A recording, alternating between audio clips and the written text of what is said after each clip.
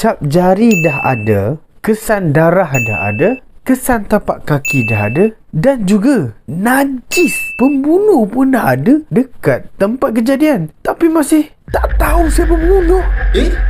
Biar betul semua dah ada, takkan tak dapat lagi pembunuh dia? Pelik betul kes ni. Let's go for Japan Story Time. Di Jepun terdapat satu kes pembunuhan misteri di mana digelar sebagai The Goldilocks Murder. Kes ini berlaku apabila seorang pembunuh telah pecah masuk ke rumah satu keluarga ni dan membunuh semua keluarga di dalam tu. Keluarga yang terlibat ialah keluarga Miyazawa, iaitu Miyazawa Mikio, Miyazawa Yasuko, Miyazawa Nina dan juga anak last sekali Miyazawa Rei.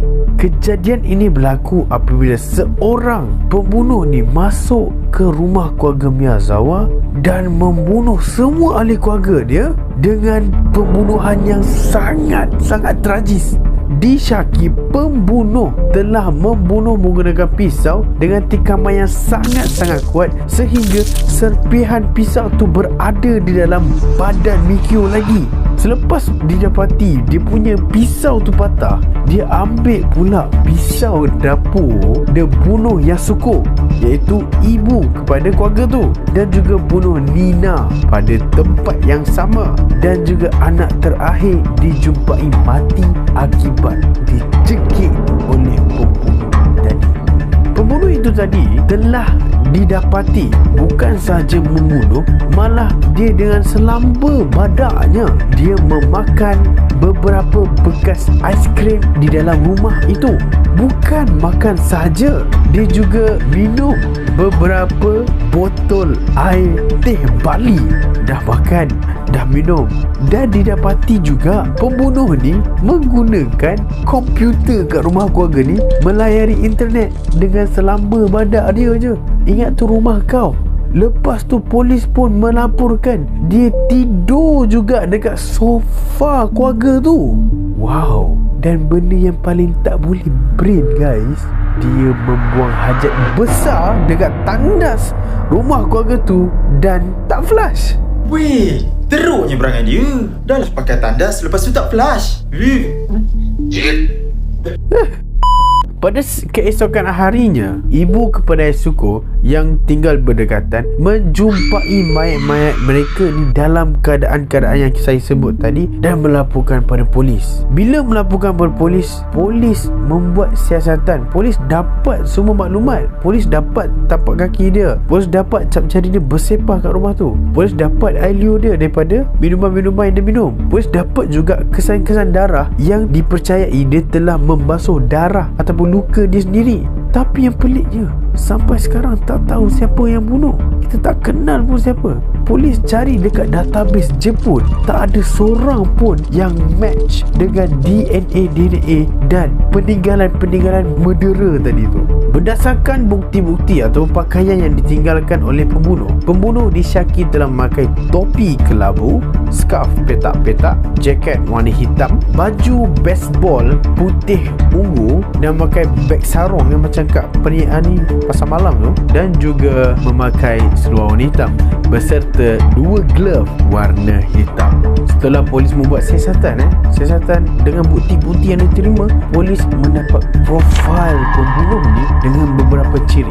Yang pertama, tingginya ialah 5 kaki 6 inci. Kemudian dia mempunyai kumpulan darah A. Dia ni berkemungkinan bukan orang Jepun. Berdasarkan DNA dia didapati ayahnya daripada golongan Asia, manakala ibunya daripada golongan orang Europe. Dengan persen yang kita ada, maka polis buat matching DNA tu. Kemungkinan orang ni orang Korea ataupun orang Cina, bukan orang Jepun. Pembunuh ini juga berkemungkinan dalam lingkungan umur 15 hingga 35 tahun. Dia juga didapati makan makanan last dia ialah string bean and sesame seed. Polis mendapat maklumat ini berdasarkan najis yang ditinggalkan. Dan juga pembunuh ni ialah orang yang tangan kanan, bukan tangan kiri. Jadi polis mengeluarkan beberapa teori untuk mengesahkan kenapa ataupun motif pembunuhan keluarga Miyazawa ni. Apa sebenarnya motif dia bunuh keluarga ni?